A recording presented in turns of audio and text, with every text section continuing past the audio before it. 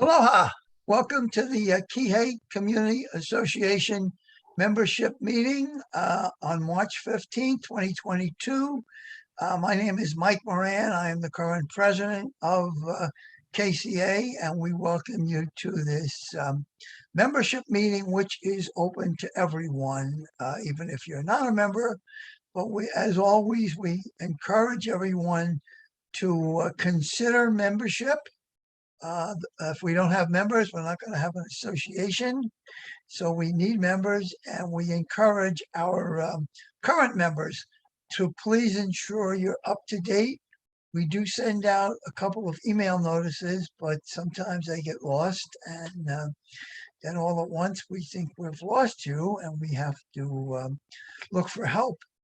So in addition to, we always like to say that we do truly appreciate our board members and our volunteers, but talking on membership, two names to mention that we rarely do bring to your attention, two sterling volunteers, Susan Bradford and Jim Shepard, who have long history with KCA but are not currently on the board. But they are helping out our membership. After the two emails go out, these two guys try and find time to reach out to people, try one more email, and then by telephone to remind folks, hey, your membership expired. And most times they get the, oh, I didn't realize, glad you called, and then they sign up. So membership is important. We are a membership organization. We're unfunded, we're all volunteers, and we only answer to our membership. Membership elects the board elects the officers such as me. So I normally try and not take so much time, but this is an important element for our association. And particularly once we went online to the meetings, there was no reminder when you showed up at a meeting and chatted with folks live, oh, how's my membership?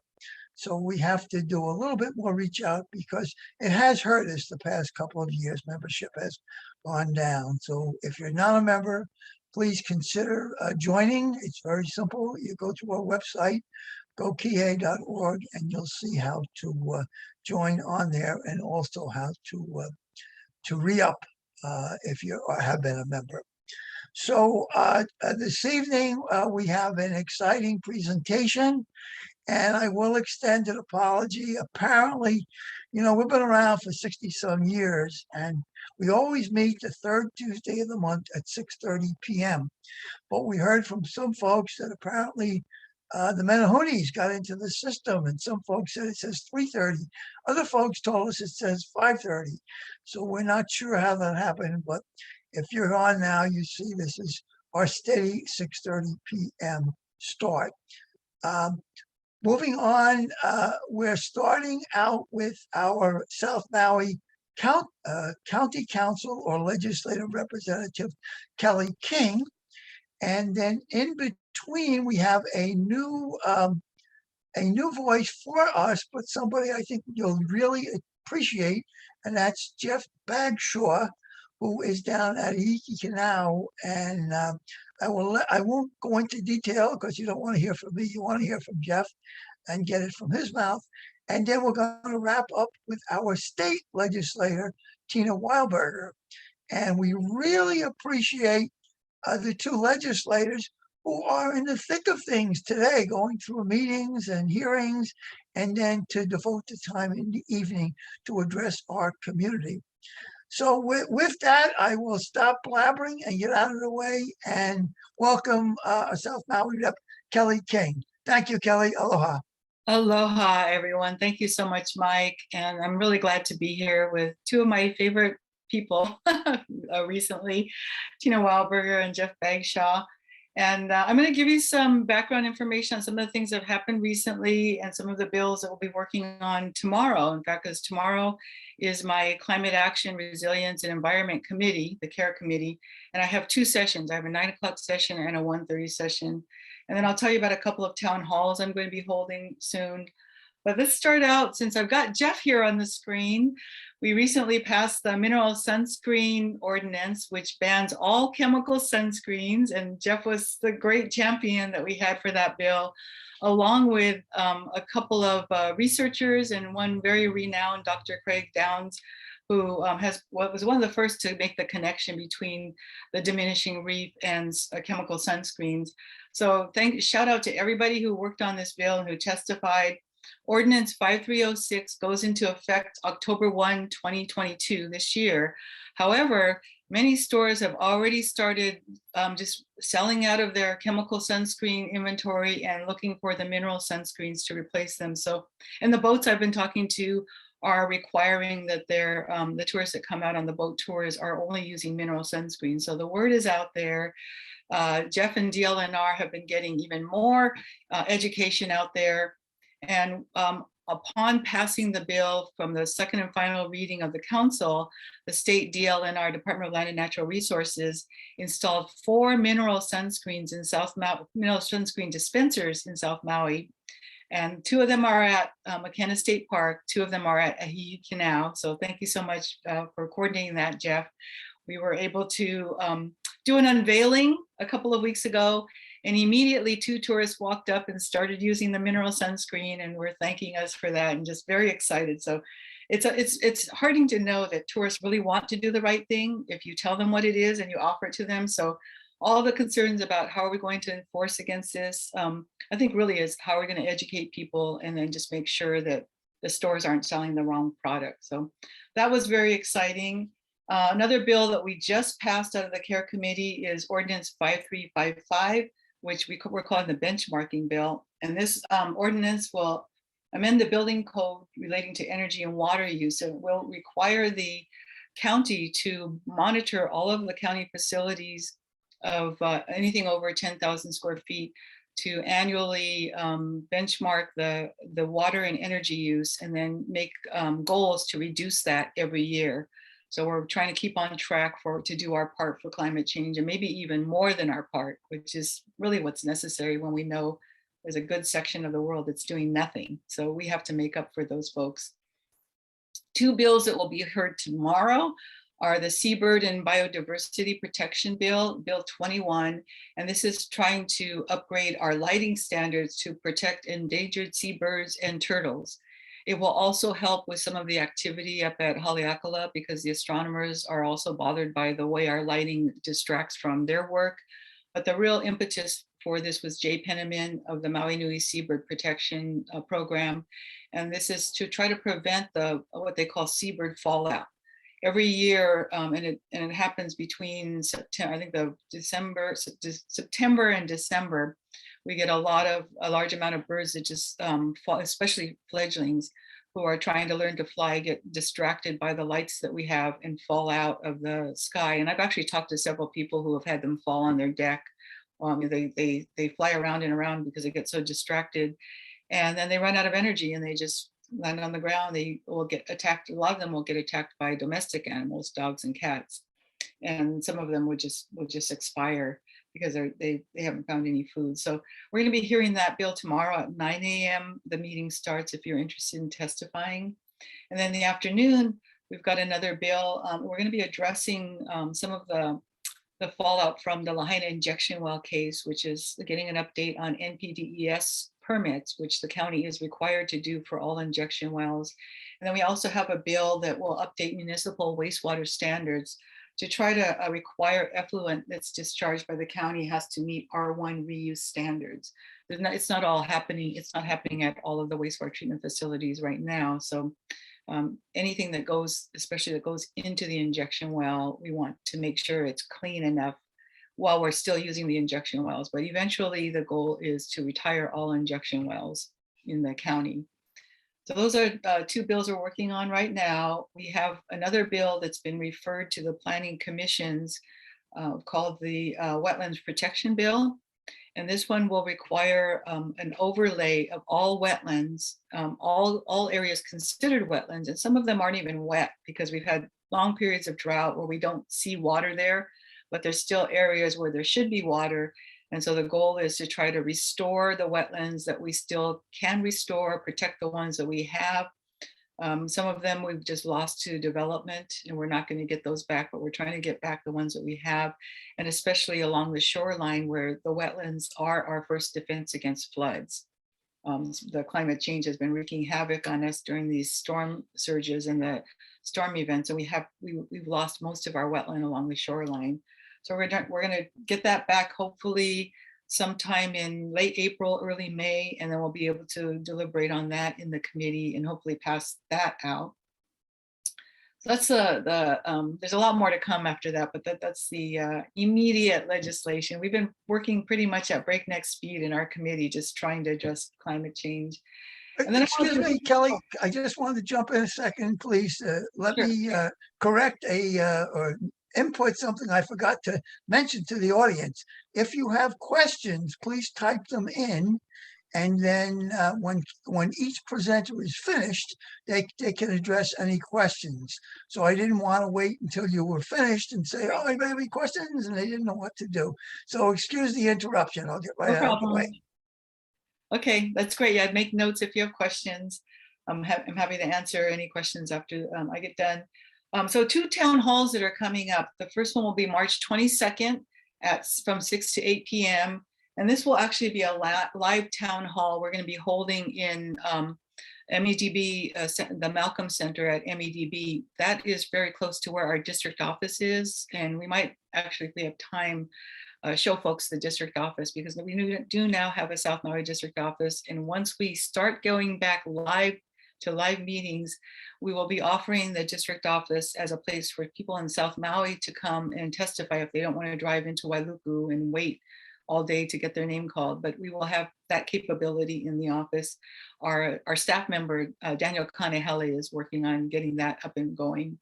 But the town hall will be on affordable housing, and we'll be talking about some of the projects that are coming up that will be available so that people can understand what they need to do to apply for these. But the 2 that are coming up, the one that we just had a lottery for last week is the Hale Kaiola, and that lottery identified 40 homeowners and everybody else went on a wait list. We had 117 people apply for that. That will be duplexes for sale in North Kihei, and that project should be online sometime this year. We have 2 affordable rental projects coming up soon, and the first one is you may remember how Kaiwahine Village up in North Kihei that opened in 2020, and that was 118 affordable rental units. The same developer has about 120 units going into Central Kihei, right around up above the golf course off of the POA. And this is going to be also for 60% and below area median income. So folks who are making somewhere around 50,000, maybe a little over, and under that household income will be able to rent. Hopefully it'll be the same amount. The 2-bedroom apartments were starting at $511 a month for Kaiwahine Village. So we're really looking forward to that. It's going to be an amazing project because it's got a fantastic ocean view too. And I'm so excited that we didn't have that same attitude I used to hear, like, you know, we don't want to put affordable housing in view lots. So that's going to be a great project. And Doug Bigley's team will be coming to talk about that project at the town hall. We also have another project called Hale Pi'ikea. This was for those long timers in South Maui. You remember this project as the original Downtown Kihei project. Originally, it was designed over a decade ago to be a central point for Kihei, a mall, and I think they were going to put in a movie theater. This was going to be a hub for people to hang out. And of course, movie theaters aren't doing too well these days, and not even malls. So they reconfigured their project, and now it's an affordable housing project. It'll be rental homes and rental apartments, and they'll be coming and discussing their timeline and how to apply for that project as well. So also a very low income, 60% AMI and below. So these are both fantastic opportunities for people who are struggling and don't want to work 3 and 4 jobs to support themselves. I highly encourage you to come and in person and meet the folks. Councilmember Gabe Johnson, who chairs the Affordable Housing Committee for the council, will be there on a panel, as well as Housing Director Linda Munsell and Planning Director Michelle McLean. We'll have them on a panel along with our developers who are going to explain their projects and give you the timelines. So that's on March 22 at the Malcolm Center at the MEDB complex, and you should be seeing flyers around. It's posted on our Facebook page, Kelly King, Maui County Council. The second town hall will be on March 30th from 6 to 8 p.m. online. And this will be a chance for South Maui residents to come and discuss their budget priorities prior to the council going into budget session. Budget session starts somewhere around the beginning of April. So if you have, this is a meeting I had last year that, you know, we were able to do some funding for folks who came out and wanted to keep the composting operation here in Kihei alive. I was able to get some funding for them, the green bike lanes, and there were several other projects that were asked for in this budget session that we were able to fund. So come out and let us know how you want the county council to be spending your taxpayer dollars. And we expect to be online for at least 2 hours from 6 to 8 p.m. And we will be taking copious notes from with your requests. And, you know, of course, one of the main issues for our community is infrastructure. So wastewater, the North-South Collector Road, those would be two big items that we will also be discussing. Let's see, the last thing I wanted to mention was for those of you who are following the Ma'alaya Mauka issue, the council had last year put into this budget $5.5 million to purchase that land across from the Maui Ocean Center, across the highway, about 257 acres, I think it is, to keep those in conservation and not development. And we are in the process of purchasing that land. We put in 5.5 million for that. Unfortunately, the appraisal came out much higher, but we got another million that we just got confirmed from the Legacy Lands grant. And many folks worked on that grant. Lynn Britton probably worked the hardest, the former president of the Ma'alaya Village Association, and also a former council member for our South Maui district many years ago. But we are moving ahead to purchase that land and trying to renegotiate the price because it did come in quite a bit higher than that. But the owner is really motivated to sell and has been willing to negotiate down. So that project also encompasses the Pohakea watershed. And that is a project that's been heavily worked on by the Maui Nui Marine Resource Council. So we owe them a debt of gratitude as well as the Department of Land and Natural Resources, who agreed once we purchased the land to take over management of that whole area, not just our purchase, but the lands around it. And their plan is to put in a forest preserve. So I'm really excited about that. So along with the watershed and the forest preserve and the fire breaks that Maui Nui Marine Resource Council is putting in there, as well as some of the work they'll be doing to adjust the drainage so that we don't have that runoff of dirt that goes right into the bay from across the road. That's going to be a huge improvement.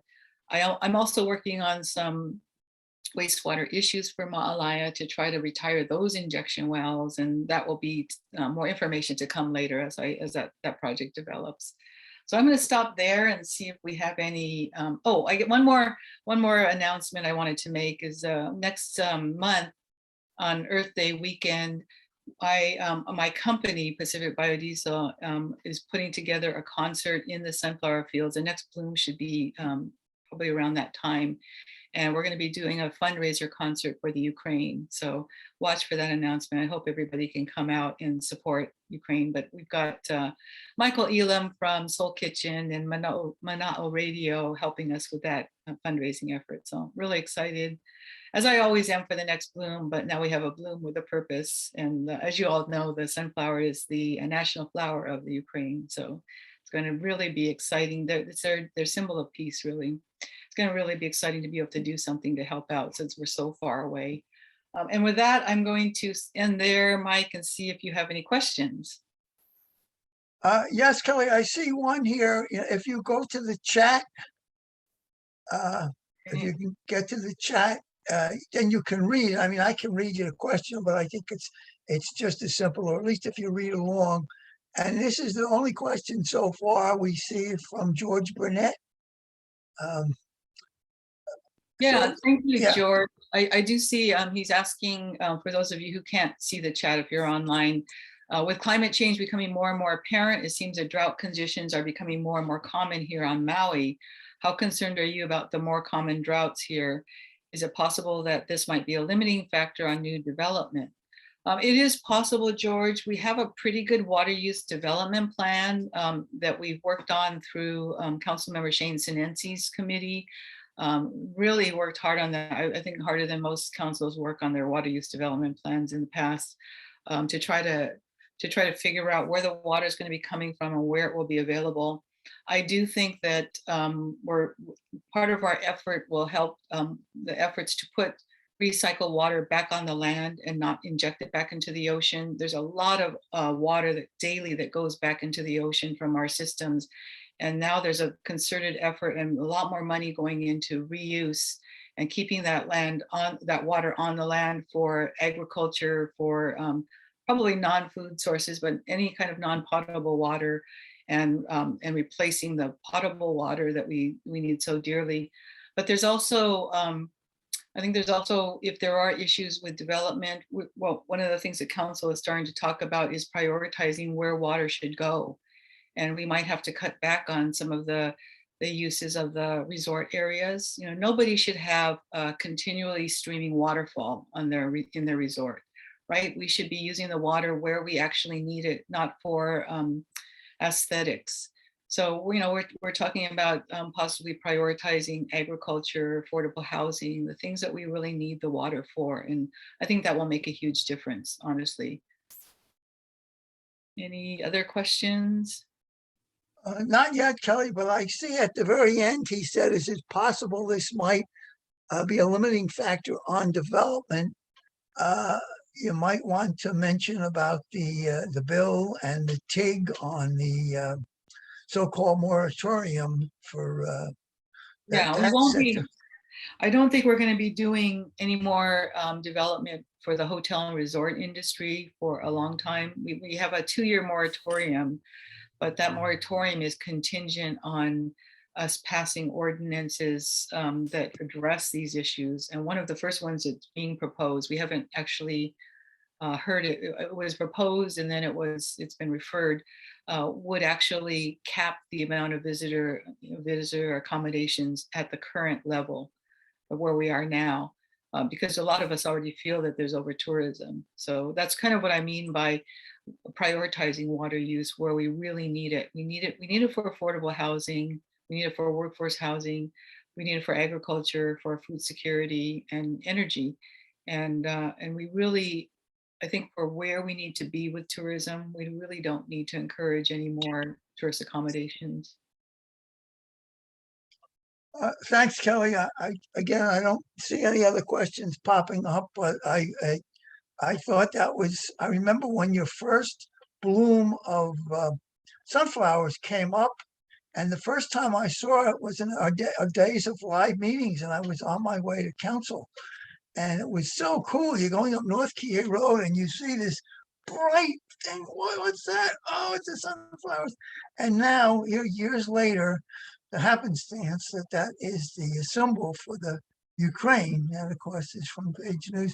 So that sounds like a marvelous thing that you're doing with your husband for your firm, biodiesel, to try and help those poor souls there. So that Yeah, and is, speaking of water, just to let folks know, sunflowers take about a quarter of the water that sugarcane takes to grow.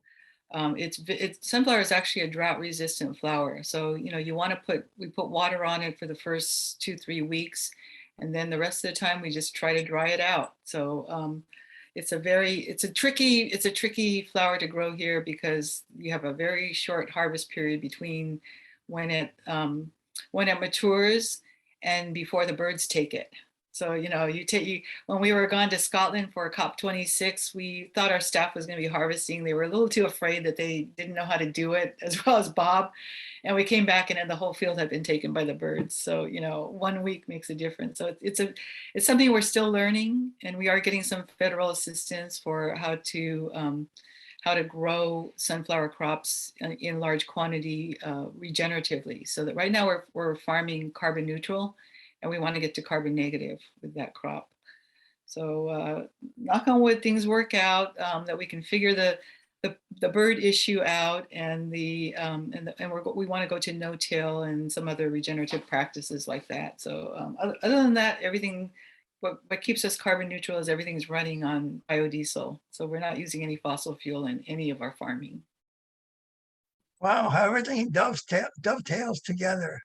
Yeah. I know people will have questions later on. Oh, I should have asked, but this is the time. We're not going to hold on. If last chance for questions for Kelly, guys, if you want to type something in. And I'll just kind of do the segue into Jeff by saying, I know for KCA, that was our first realization of some kind of action happening.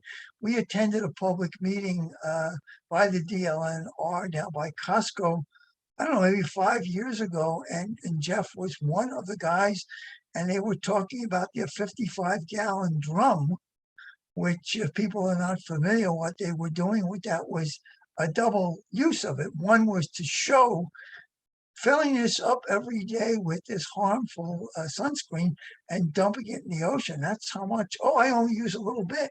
Yeah, but there's thousands of you and it adds up. And the other thing was to collect it from people saying, oh, I didn't know. Well, I don't want to use this. So they could dump their harmful product in there and get a taste of what was new. So here's all these years together. Later, we have you two together on here. You now, Kelly, have passed the bill that Jeff's concept down there was one of the certainly instigators for it. Yeah, who So knew I, back then, the first time I saw him out at Ahihi Kinau under his little tarp, under the little tent, telling people about the sunscreen chemicals. Who knew we would be here years later getting rid of those chemicals? So I'm really thrilled, and I'm going to sign off. But if there are any latent questions, you're happy feel free to email those to me, Mike. And I'm just going to get off the screen so Jeff can do his presentation next. But thank you so much for this opportunity to update folks. And I really look forward to hearing from you about our upcoming budget session, where you want to put our money. sounds great, Kelly. See you tomorrow morning at CARE. Okay, aloha. Aloha. Thanks, Okay, Kelly. Jeff, I won't cut into your time. I just gave it a little bit of connecting the two. So thank you very much, Jeff, for coming here tonight and telling folks a lot about what you do and where you work and what's going on down at the very southern tip of our district for South Maui. So please welcome Jeff Bagshaw. Well, thanks, Mike, and thanks to the association for the opportunity, and thanks, Kelly and Tina, both. Wonder Twin Powers activated. Talk about dovetailing in. I'm really impressed that we've got such great partners, and I will tell you straight off that I have cohorts on other islands, and they look at Maui and they're jealous of what we've got going on here. So with that, I'm going to share a screen. I want to take everybody on a little bit of a whirlwind tour. We are going to end up at Ahihi Kinau, but we're going to zoom out first. So I'm going to share my screen because I work for the Division of Forestry and Wildlife, and that is under the big umbrella of the Hawaii Department of Land and Natural Resources. So I'm going to start off with a big view of Maui. And can everybody see that, I guess? Yeah. Somebody grunt for me. I can't see any faces anymore. Yes, Jeff, we can see it fine. Thank you. Okay, great. Thanks, Mike. So this is the big picture. of Maui. And the blocks of brown coloring and green coloring are what I want to draw everybody's attention to. And those are the pieces of land that are managed by the Division of Forestry and Wildlife here on Maui. We also, of course, have such parcels on Molokai. Also, the bird symbols you see surrounding the island with numbers, those all reference little islets just offshore, which are seabird nesting colonies that we also manage. So you might look at the big picture and think, wow, that's a lot of area. And you're probably also thinking, hey, wait, where's Haleakala National Park? Well, that's a federal institution, national park. And of course, the state parks are not on this map either. These are just state forest lands and state natural area reserves and state wildlife sanctuaries. So Molokini and Kanaha Pond, Kalia Pond's not on there because that's federal. Now, altogether, these lands comprise about 20% of the whole island of Maui. If you added up, including the federal stuff, you're talking about another 7-ish%, just under 30% of the land mass. That sounds like a lot, but when you compare it to places on the mainland, if you come from a Western state, it's the reverse. You're used to about 70% of the land being managed by either Bureau of Land Management or US Federal Forest Service or National Park Service. We're the opposite in Hawaii. And I point that out because what's kind of important is that the rest of the land is private. And that makes Hawaii really unique in its land ownership. So back to the map real quick, you'll notice that most of those state lands are surrounded by private land, which means to get to them, you've got to have permission from somebody to get there, unless you can fly. But there are some exceptions, and one of them's Ahihi Kinau, and we're going to get to that in a second. So state forest lands were initially set aside in trivia. We were the first state forest service in the United States. Back then it was a territory, not a state, in the whole United States. So the Division of Forestry and Wildlife is a little over 100 years old. So Hawaii was the first place. The whole purpose of setting aside forested lands was to set aside lands to generate water. Everybody, if you're not concerned like that last person writing a question about water, then you should be, because it's changing with the climate. But that is our first function, is to help generate fresh water, whether it's on Maui or Molokai or any of the Hawaiian Islands. We also work to protect endangered species and provide places where people can hike or hunt or camp. And another byproduct that people don't really realize of the work we do on land is fishing in the ocean. It's kind of a Western concept when people say, oh, that you're talking about trees and I just care about where I can fish. They are tied together. They are directly linked. If you don't have clean nearshore habitat, then you don't get fish, and that is protected by trees on the land. So stepping back just a little bit, back in the day, there was forested areas all around each mountain in Hawaii, around Haleakala included. And that's where the clouds would get drawn to the mountain, because forested land is cooler than bare dirt. And when the clouds come in, they actually land on, and they touch, come on, switch to the next slide. They touch base right on, technical, there we go. The clouds touch the plants and our native trees. Now, for those uninitiated, native means it got to Hawaii without the help of people. We have some pretty impressive native plants here before people brought in stuff from all over the planet. Ohia, if you haven't heard of that one, is really important because it is, if you were to engineer a tree that was a cloud gathering tree, this would be it. It helps generate fresh water because of the temperature thing, the fuzziness on its leaves. It channels water down to the soil and its roots. And it can take, all of these trees can take big rainstorms and change them into gentle storms, touching the soil. It doesn't erode. So it's not just roots holding the soil back, it's actually the canopy. It's really all tied together, all of these plants, and they all work to keep it in balance on the rainfall. Sorry guys, it's not switching fast as I want it on the slides here. The trouble is bare soil doesn't attract soil moisture. With climate change, we're getting bigger storms dumping more rain in one event, and then you get runoff, and then you get scenes like this. This is off of Molokai right after December. There is a reef under that brown mess somewhere. See that, and that's a great photo because it shows you, you can put all of this green stuff right by the shoreline. It doesn't really help if you're trying to hold back a mountain of mud in advance of that, as you folks in Kihei are painfully aware after those big storms. And here's a view off of West Maui. If you just come out of the tunnel right over Coral Gardens, and it may be hard to see in that photo, but that mud extends out about 200 yards. And by my count, it took about 8 weeks to settle back down.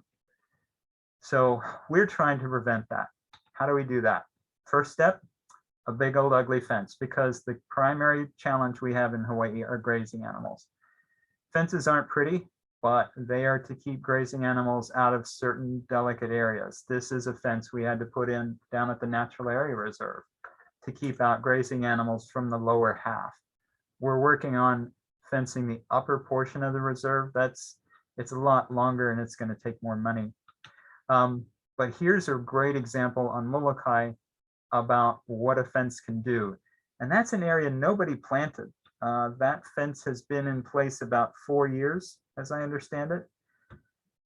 That's 4 years of those plants regrowing on their own to protect the soil and hold the moisture and to draw more clouds in. So we're really having to live in a new era where we've got to go back to the old Hawaii, where the forests and the mountains were green in order to generate fresh water and to protect from erosion. Once we get an area fenced off, we can start planting trees. Now I know that aging pop stars get attention when they plant a tree somewhere. That's good press, that's great. We need people to get people excited about planting trees. Very quietly, we didn't get any headlines for this because it's just the work we do all the time. We've planted about 500,000 trees on Haleakala, East Haleakala, all alone in just the last 8 years. Just not alone. What I mean by that is just in the last 8 years. So it's going on above you, and it is in direct benefit, even if you can't see it from Kihei. Evidence of that. That photo I showed you just a second ago was the day of planting. This is that same area 8 years later. I love this photo because when I first moved to Maui in 1988, I never thought I would see Nene outside of Haleakala National Park. This is at about 4,000 feet. These geese are thinking outside the park. They said, this area looks really great. Let's move in. And those koa and ohia are 20 feet high now. So that's reforestation, carbon sequestration happening right now. We are all concerned about climate change and water generation, and that's at the core of our work. It's also important in dryland forests. Dryland forests, which is the kind of forest that should be above Kihei and is out in Kanaio and in Ahihi. They're the most endangered ecosystem in the state. There's about 2% of them left, but they're beautiful, and they also protect the reefs and the nearshore from erosion and help with water generation. That area where that photo is taken naturally gets about 10 to 15 inches of rain a year. That's not shabby compared to places that you might think are, on the mainland, that would be kind of wet in certain places of California, but it is the dry side. But that's our dryland forest as well. So that's another area we work to protect. So down to the reserve.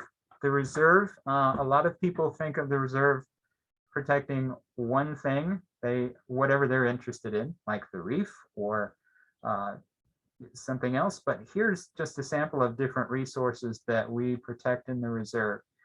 It was the first one set up in 1973. here we go again. Hawaii, yay, first. We were the first place that I know of, I've ever heard of, where you set aside a piece of land that the primary purpose is not human recreation. The primary purpose is to protect endangered species and ecosystems which are unique, like the ankyline pools in the upper right-hand corner. We're going to go there in a second. I want to give you a little more overview first. This is a screenshot of the activity map that we give out to anybody who stops by to talk to us, and we've pumped these out to hotels in advance, not trying to attract people. This map is actually, the purpose of this map is to actually say, there's different people responsible for different parts of the coastline. And if you really have to fly your dog or walk your drone, there are places you can do it, just not in the reserve. The reserve is only 2% of the entire coastline of Maui. Out of about 120 miles of coastline, it's about 3. So this map is just a general way to say, can't we give up this 2% of land and just let the animals and wildlife have their go? Now, of course, we can come and do certain things in the reserve, and we hope people do, so that they can see a reef the way it should look in Hawaii, and to hike a short distance. There are hiking trails, by the way, outside the reserve. The Ho'opili Trail, or the quote unquote the King's Highway, is one of the best trails on the island. It's hot, but it's a great trail. One of the other resources, though, of course, are the ankyline pools. We're going to go there next. And I think I've got enough time to cover this. So ankyline pools. This right here in this photo, in the back way at the top, you can see the cone that makes up McKenna State Park. So you're looking from the south to the north in this view. And of course, KCA is beyond that. But the ankyline pools are one of the chief reasons why this was set aside in 1973. Some biologists said, wait a second, these are pretty unique. Now, there was an article in a travel magazine about the ankyline pools on Hawaii Island recently. There are ankyline pools on Oahu and a couple on Molokai and Hawaii Island. The ones on Hawaii Island are mostly what we'd actually call brackish water, and I'll get into that explanation here in a second. But ankyline pools are a really amazing ecosystem. And by the way, this complex of pools, it's a few acres, but it's the largest collection of pools, not just in Hawaii, but in the world.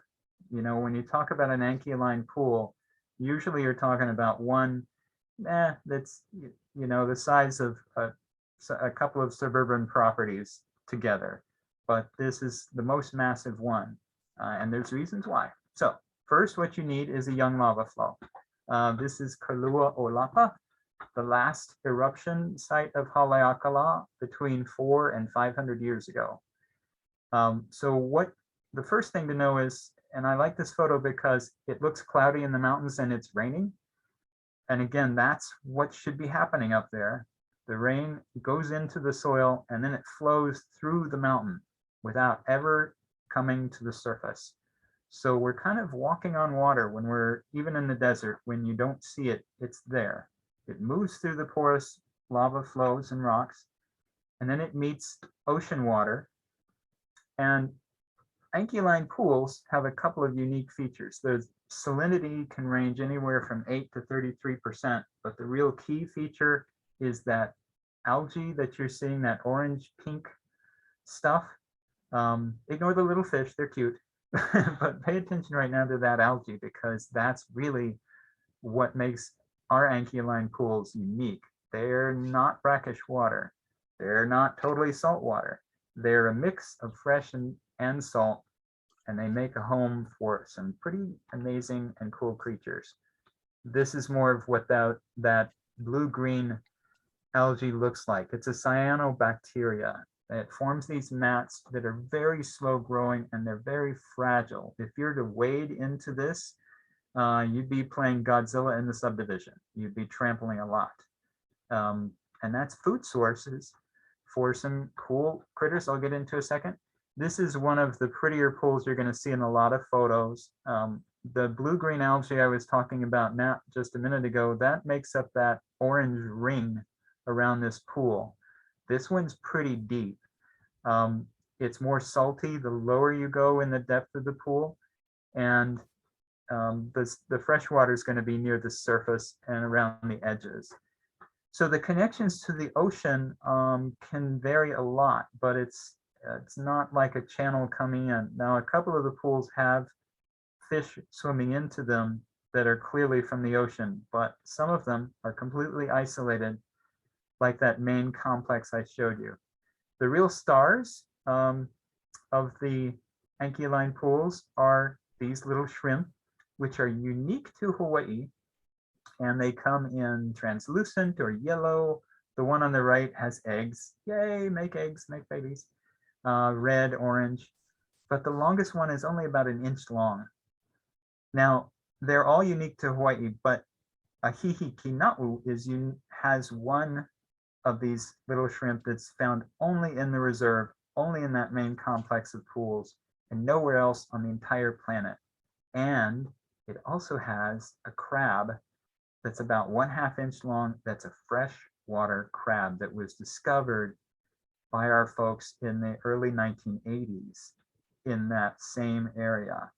So these are examples about why we're so concerned about these pools, because if they're damaged or destroyed, you can't replace these critters. They're not found elsewhere. There are ankyline shrimp at Waianapa Napa, at the other pools on other islands, and we think their larvae can survive the open ocean and find the perfect home, or they may be able to move through channels through the island from one side to the other. So there again, if you think you're on solid ground, okay, that's this basis. You've got limu, then you've got shrimp eating the limu, and then who's eating the shrimp? Here's another endangered species. The Hawaiian stilt comes in and feeds on these things, as well as fish, but they do like those shrimp. And we've got some pairs that nest at the ankyline pools. These are wetlands near the coast. Every year, trivia for you. I won't wait for answers because I'm bad at looking at the chat during this, but guess which bird on planet Earth has the longest legs in ratio to the rest of its body size? Yes, you guessed it, the Hawaiian stilt, the Aio. You'll see them if you're driving to Kahului at Kanaha Pond, or on your way over to Lahaina from Kihei, of course, Kealia Pond, but there are pairs there. There are also other critters that are unique and endangered. There's freshwater clams. There are damselflies and butterflies and moths and spiders out living in the lava flows. And here's one of the native plants that everybody loves to see. It's especially around the parking lot in the reserve. You can see they smell really nice. Please don't pick the flowers. They are important food for pollinators and also for our native moth, our hawk moth. But it's in the caper family. By the way, if you want to grow these, I'm sorry to report, this is one of those plants on the planet that says, nope, no thank you, humans. I like to live where I'm going to put my seeds. You can try and sprout me, I will die. You can try to put me in a pot and plant me in the ground, and I will die. So just make a home for me. Just give me a place where there's no grazing animals, and then I'll grow. Okay, plants don't really talk like that, but once we fence an area, we can outplant. This is sadly, we lost our colleague here, Dr. Fern Duvall, a couple of weeks ago, but this is an area that was outplanted in the dryland forest above the ankyline pools. And then here's a school group visiting the same site about 3 years later, only 3 years. And we didn't water these things. They're doing just fine. So again, we're taking out the alien trees, the kiawe, not really native, and letting then we're planting the native stuff, and it's doing great without the pressure of grazing animals. Now, how can you get there? Well, let's reiterate one important thing. See that in the upper left there, that yellow dry area, not solid ground to stand on. If you take a step onto that, your foot plunges through it and then you hit water again. And you've just created a hole that can't be filled for about 10 to 20 years. So one bad step does a lot of damage to that algal mat. So it's really important. These things are very fragile. They're not the place for people to go and bathe in. Even if you eat a certain diet and never use soap, and it's still human sweat. There's, like Mike was talking about before, we've discovered that collective impact is really important. People, oh, it's just me, but all of our actions add up a lot. So the other challenge is that, people love to spread things around. Oh, I'm going to go surf and I'm on my way to do other chores before I get to the dump, and they can spread plants that are not native to Hawaii.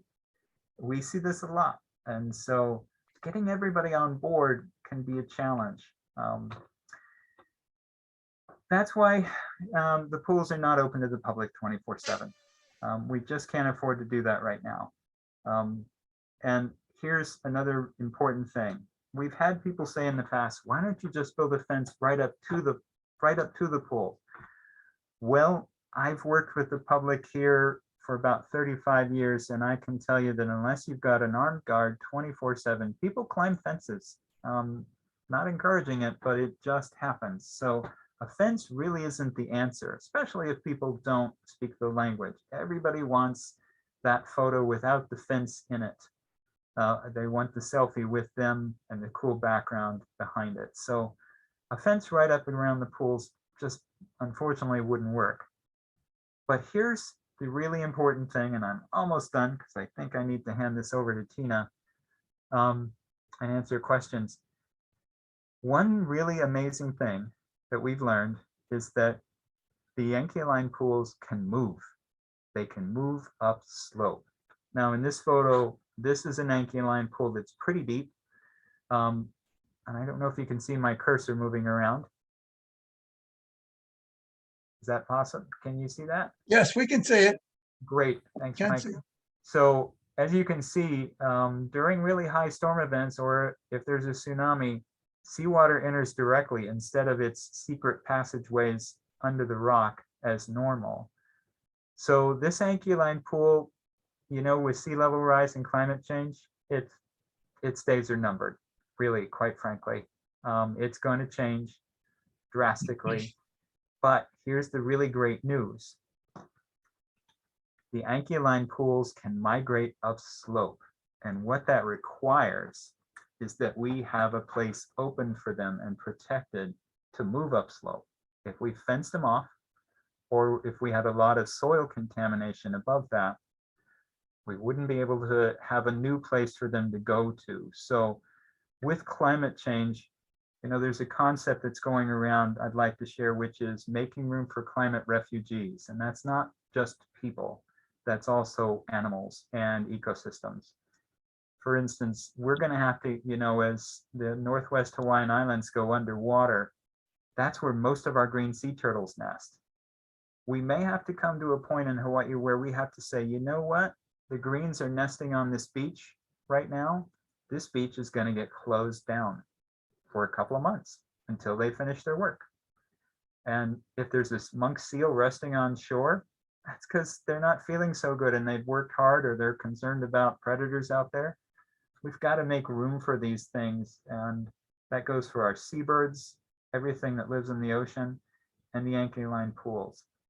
I will just give you one more example of what we mean by collective impact. Let's say that we allowed a certain number of people to visit them every day. And even if you lecture people and say, please empty your bladder before you go out, let's say that 1 out of 100 people going out each day decides to empty their bladder in a kind of a private place, out of sight, but on the way to the pool. That's putting some chemistry here in this lava field that isn't natural to it. And that flows into the pool and changes that. Now, how many people are, if one person out of 100 people every day And then you add up 365, 300 whatever days are in a year. Somebody do the math. How many gallon, drums of human urine are you seeing impact this area? And that's a lot. So that's what we mean by everybody makes an impact. Even if we're trying to be conscious, the body sometimes requires you to do things, and it can change a landscape like this. So our job is to make sure this landscape has a place to travel upslope that's healthy as the planet changes, so we can save this ecosystem and these critters. I have gone on a long time and I forgot our schedule, Mike. I'm happy to answer any questions or hand it off to Tina. Jeff, you're doing absolutely fine. Actually, questions are seeming limited tonight. Kelly got one. We don't have any for you. Okay. And I too, I'm supposed to be in charge of this. I lost track of time because there was so much information and so much interesting information that I know that for me, I'm usually one that's got questions. I'm like, God, I could hardly digest all the information that you were presenting. So that was truly outstanding, Jeff. And Thanks, There's a Mike. question. Oh, We're There's a lucky to question. live in such a great, amazing place. okay, we have a question. Yes, it's in the chat. Oh, there it is. It popped up. Does the again? Division of Forestry and Wildlife get enough funding? Boy, it's really tricky for me to talk about budget. We're always trying to get budget for fencing, especially not just above Ahihi, but all those other forested areas I talked about. One big real goal we have is to fence 30% of our watersheds by 2030. We're on a race. Maui is probably one of the better islands. We're a little ahead of the other islands. Again, sorry, little Maui pride. But we're always looking for funding for that. So there's folks in our division that are working on that. I don't know the total percentage of our state, but I know that we're under 5%. I don't know the exact figure, but it's under that. So Jeff, I would just offer on that. It's a struggle for us to testify at the state ledge. It's much easier now that you can do it online. But even so, there's only so many hours in the day. But for years, we have been one that said that the whole department, DLNR, which the whole thing has this extraordinary challenge of from the top of the mountain to so many miles out to sea to protect everything. And it always seems like they get a small percentage of the budget. By our estimation, and maybe others feel differently, but we have advocated for that for years. And we do have our state legislator for South Maui coming up, so she can address that from from her position being on the inside. And so yeah, and I think that when I saw that question, well, that's kind of tough to say for you to say. Oh, are we getting enough? We certainly don't think so overall. Now, we can't get down to right into how much does this division within a department get, but we do always feel that because that's part of our mission as an environmental organization at KCA to look at those things. And I think that one point that you made is something that we as a human species have to adjust to that and say, all these creatures are important. It shouldn't always be what do we want first, and then we can go to these other guys. No, sometimes let them have. They don't have the voice that we do. So sometimes, yes, let those seabirds have a spot. Let the turtles have a spot. We have another question. Okay, I'll shut up and see who another question is. okay, and I have one do-over I forgot to mention. And yes, we have fences And the fencing is to keep pigs and deer and goats out of critical watersheds. That doesn't mean we're trying to eliminate them. That's quite frankly not possible. And there are folks that depend on that also. So our division, our program is to maintain certain hunting areas, but the areas we're fencing are pretty darned hard to reach anyway, with not a lot of animals, but the ones that are there make a big impact. So yeah, the goal of fencing is to keep those kind of animals out of critical watersheds, but there are plenty of other places to hunt. If you've driven around Maui and see all the deer, they're out there, mostly on private land. But one last do-over, and then I will completely shut up myself, and that is we do, as you saw, we do take community groups out to the Yankee Line pools, and especially school groups that can make it. They're not open 24/7 because of all the problems I mentioned before, but it is accessible, and I'm part of my job. I'm working to get a virtual tour online, so people will have a chance to see it that way, other than a presentation like this. Thank you so much, Jeff. And yes, I tend to babble on, and we do have Tina in the wings waiting to come on and wrap up the meeting. But thank you so much, Jeff. That was outstanding. Hui ho, aloha. Okay, so we have our stellar state representative. We have a name, Tina Wildberger. So welcome, Tina, and Thank I'll you get so out of the way. much. Take it away. Appreciate it so much. Thank you for having us. Aloha, South Maui and beyond. Thrilled to be joining you this evening. I've got a PowerPoint with a state legislative update with some info about just some highlights from the budget that was just passed.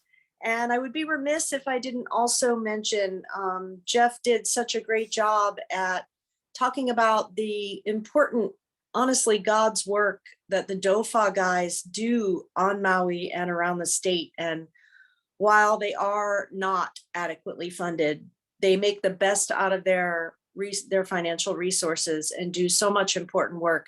I learned when I was being given a tour of all their projects that we actually have feral cows on Maui too. So we not just pigs and deer and cats, we've got feral cows. And I was privileged to be shown the Anchialine pools by Dr. Fern Duval, our state treasurer that we just lost a few weeks ago after 38 years career with the state. He retired and sadly passed away and didn't get to enjoy his retirement with his family. And so he gave his entire life to the state in its preservation, did very important work with invasive species. So Jeff, you're picking up the mantle, I guess, and gonna carry us on to sustainability. And we thank you for all your great work. I'm gonna go right ahead to share screen and move right along to my PowerPoint. I think I can do it relatively quickly.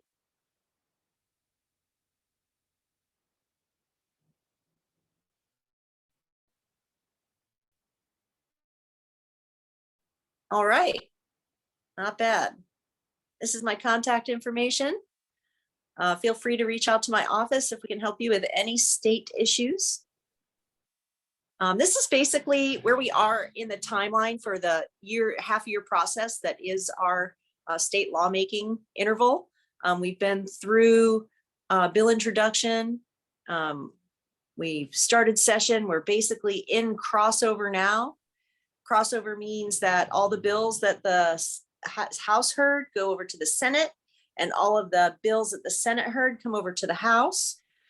In April, the Senate and the House will meet in what they call conference committee hearings. All of the bills that made it through both houses will be negotiated for final passage. And then they go to the governor. The governor has June to review, and then July he signs maybe 300 bills into law after we heard 3,000 or so. Quick bill update. We have many good bills that are still in process. Thankfully, the Stand Your Ground bill was killed by the House leadership because it did not have enough votes. Hawaii has very good gun laws, and we don't really need a stand your ground law here in Hawaii. So thankfully, leadership did the right thing and killed that bill. 3 fireworks bills are still in the works.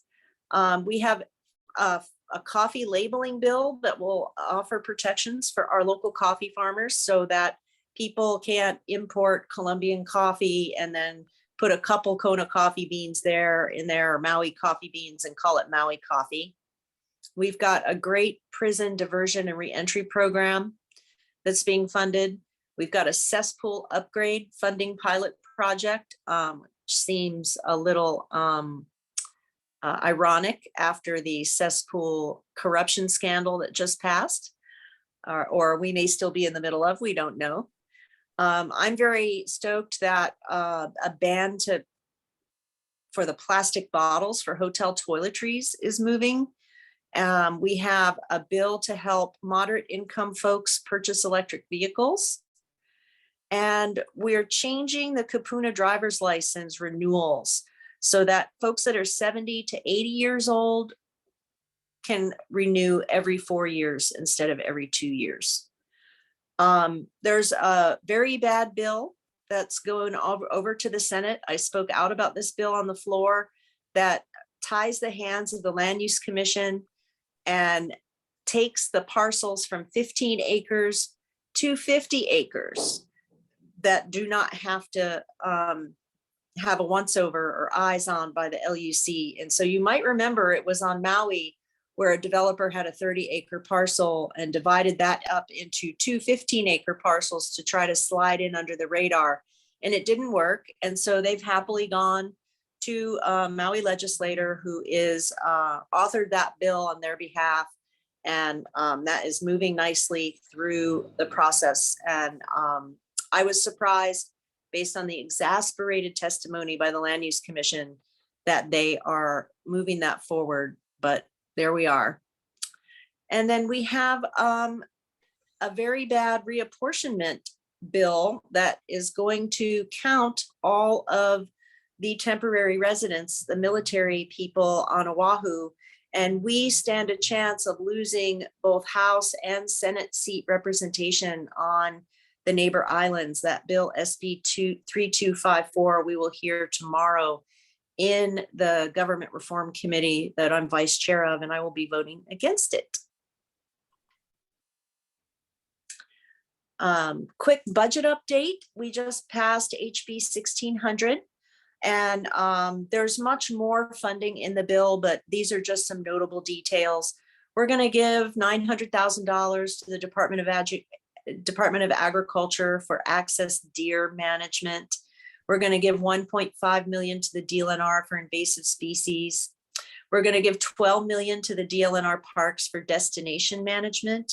They're going to hire a bunch of people and set up reservation systems and that kind of thing for all of our parks that are getting squeezed.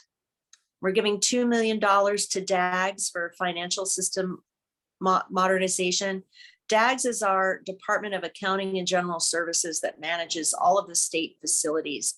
And boy, do they operate like they're in the 1950s. So I'm happy to see this improvement for them. The tax system is also going to get modernized with $6 million funding. $1 million to the Attorney General. They're going to hire 10 new Deputy Attorney Generals. $33 million for Budget and Finance to expand broadband services statewide. So that's good news for our rural communities. We're going to restore $5 million in funding to the Department of Defense. So that's going to HIEMA for our major disaster fund, and $5 million to public safety for the Women's Community Correction Facility Intake Center. $32 million for Department of Education. These are going to be for the hard to staff areas for special education and our rural communities. It's going to be a bump in teacher pay. $1 million for the Department of Education for optimizing classroom air conditioning.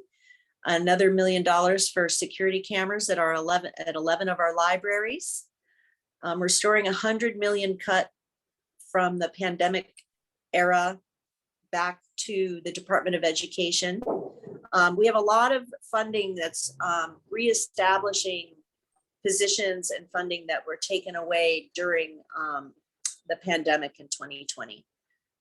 3 million for Department of Human Services. That's 48 positions for child welfare. You may remember the case of the young child that was abused and in an adoptive home without enough supervision. So this is going to address that issue. 6 million for TANF for after school services, 10 million for Department of Hawaiian Homelands.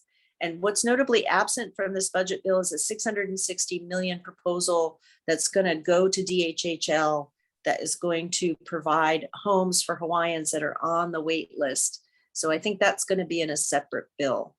We're giving 321 million to the unemployment insurance office so they can pay off their loans that they took to borrow money to cover everybody's unemployment during the summer of 2020.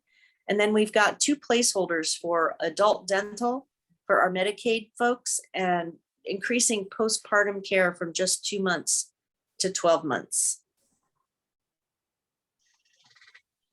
I have a resolution package. I shared my bill package earlier in our last meeting, and now we've come to the interval where we introduce our resolutions.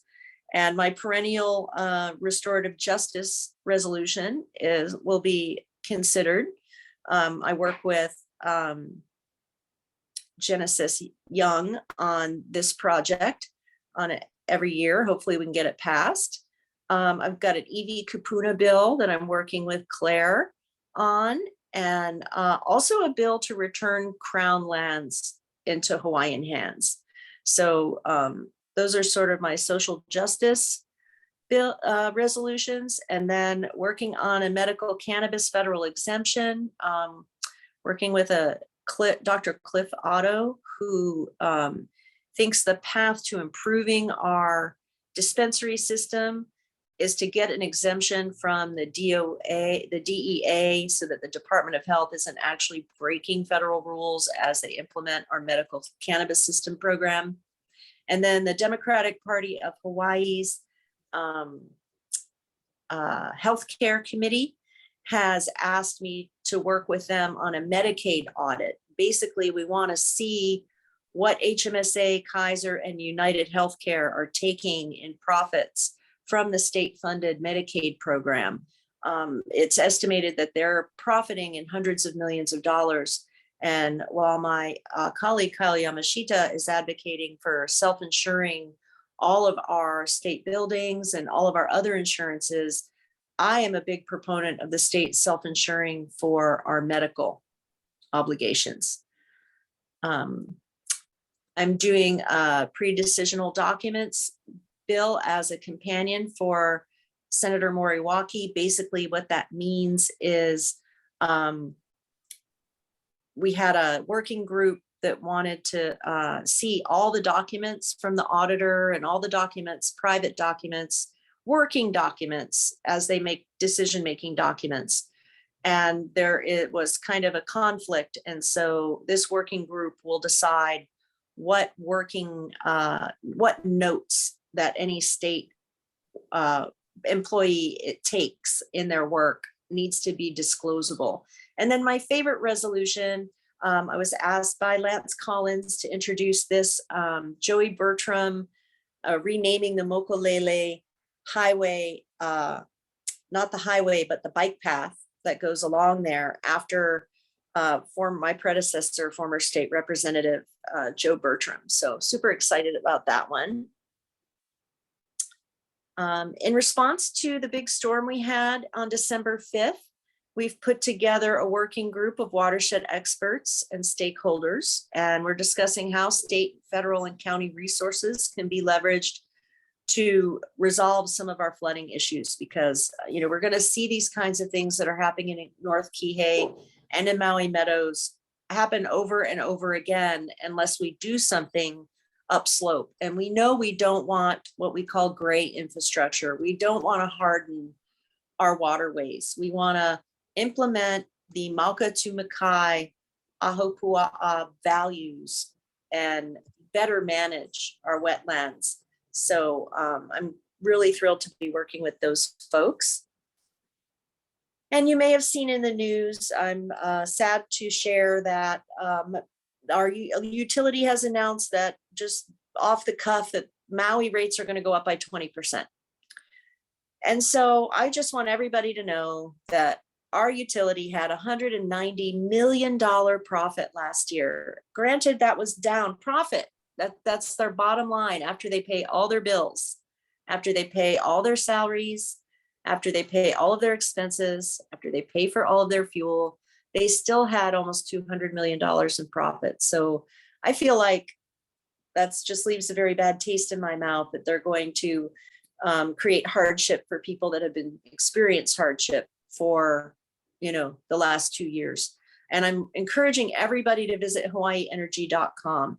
Hawaii Energy is not related to the utility, but they have little inserts in your power bill that give you tips. And I always used to throw those away. I'm like, oh, these guys acting like they want to help me. It's not the utility. Hawaii Energy has really great programs and really great ideas. And they just did a presentation with the energy office, and you could do so much by just replacing your light bulbs with LEDs. So everybody get out there and replace all your light bulbs with LEDs. Put a timer on your hot water heater. Your hot water heater, if you don't have solar hot water, is creating probably your biggest energy cost outside your air conditioning. So you can put a timer on your hot water heater so it doesn't run 24/7, and just have hot water when you usually take a shower. And then you can flip it on if it's the off time and just wait 20 minutes and have hot water. And that's it for me this evening. I appreciate everybody joining tonight, and it was great to see Kelly and everyone. We I'm have going to two try to questions. stop sharing screen. Okay, got some questions. I see 2 questions there, Tina, if you see them in the chat. All right, let me check them out. Let me get to that chat. Let's see. Screen broadcasting, chat. All right.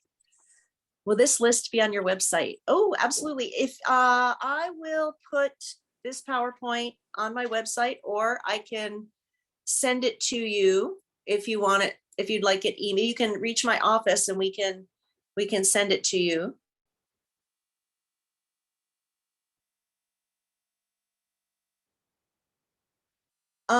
Stanley George's question, should the legislature session go longer than January? So the legislature stops the first week in May. So our business is over. We are sine die. Our last day is May 5th. Stanley Chang, my colleague in the Senate, actually wanted to do a bill to make this session all year long. I think that's really long, and I think that representatives need to spend some time in their district. And as a neighbor island representative, it would be very hard for me to be eyes on, ears on, and hands on in South Maui if I was in the legislature all year. However, I do think that the process would be more transparent and more followable if it went to, say, July, if it went from four months to 6 months. I think that would be reasonable. And we haven't seen too much as far as raises for teachers, other than that differential, that $12 million to the DOE is teacher pay, but it's not salary increases. That is all collective bargaining through their union. So.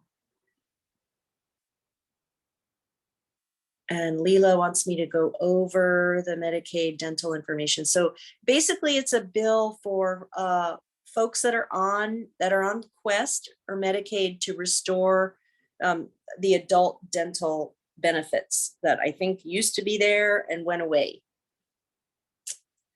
So I think did I get everybody? Is that it? Yeah, I think that's it.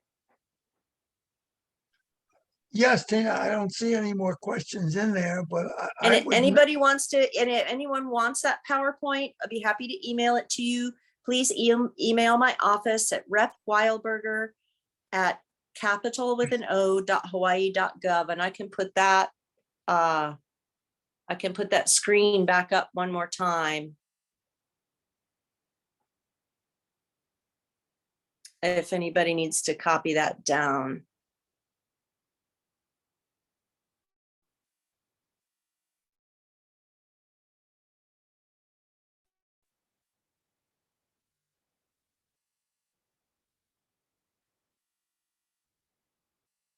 There it is. Rep Wildberger at capital.hawaii.gov. Oh, it's flying Yeah, I think that through the was, whole thing. I can't make it stop. I can't make it stop. well, I think that's good to refresh that. There we go. For guys that don't know Okay. your contact information. I think that's good to re-put that up there. And with no more questions, I'll just mention, for us, we try and keep up with things, but I was not aware of that HB 1840 on the LUC. As you well know, there's the companion bills most times, and we watched the Senate version of that die. And that's Yeah. where I told the board, oh, that Yeah. died, don't worry about Yeah, it. the Never- Sharon Moriwaki killed that in the Senate, but ours is going over to the Senate side. And I tried to see if Senator Moriwaki would kill it again, but Senator Inouye has a developer from the Big Island that wants it. And so she asked Sharon to waive it off, so Sharon won't be able to kill it. So we'll Sharon Inouye is going to hear it in the Senate, and David Tarnas, our water land chair, is very interested in this bill also. I'm the only person that spoke out against it. We have a question from a new person.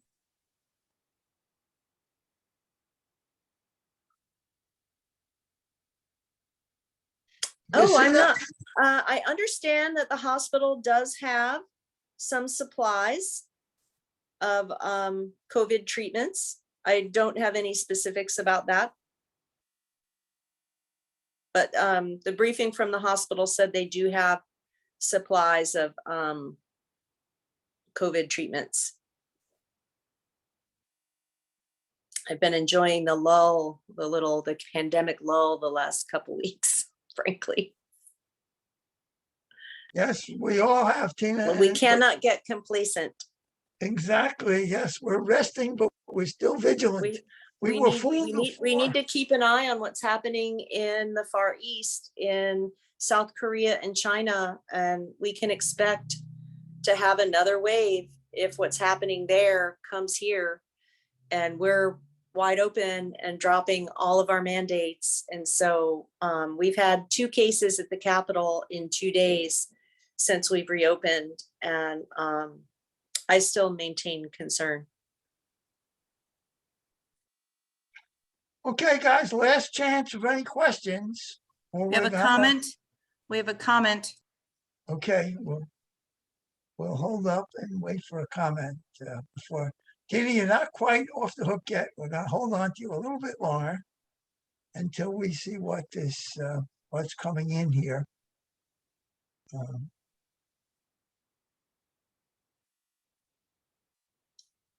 But I will say, as we're waiting, okay, I guess that's the comment. COVID is not. You want me to being read her funded. comment? Liz Shaw shares that COVID is not being funded, so worry about the future. So we'll see what happens this summer. You know, there's a very vocal minority that doesn't want to see any masking, any restrictions, any activity curtailed. And so here we are opening back up. I have my reservations. But I am thrilled to have joined you tonight on such a great panel, and always a wonderful privilege to be with Kihei Community Association. It's been a real pleasure to work with you all over the last 4 years, and keep it up. Thank you so much, Tina. You were certainly the perfect one to wrap it up. You were in the cleanup spot, and you got us another home run, as you always do when you're able to visit with us. So we thank you so much, and hopefully everybody is home, so we don't. Our old days would say get home safe, but we're already home safe now. One of the lemonades from the pandemic lemon that we've had. Okay, everyone, thank you so much. We'll be back in 2 Ahihi ho. months Take care. on the third Tuesday of May, and we're tentatively planning the first of our candidate forums. There's so many candidates this election year with the mayor and the South Maui senator. So there's so many. We're going to start a little bit early, even before the official closeout. But if any candidates haven't spoken up by mid-May, we think, well, that they're a little late anyway. So that's the tentative plan, but we have some time to go. But as always, please keep an eye on our website, and our stellar tech man, Rob, who's running this meeting behind the scenes, as he always does. And I get all the accolades. Great job. And I'm just the face in front of the camera. All the work being done behind it is by Rob Weltman, our VP, and our special volunteer assistant or educator, Des Austin, who has been helping us out tonight. So as always, mahalo to all the volunteers and to our 3 presenters. And we thank everyone for participating. And I'll close out with, please remember membership. We're a membership organization. So ahui ho and aloha to all. Good night.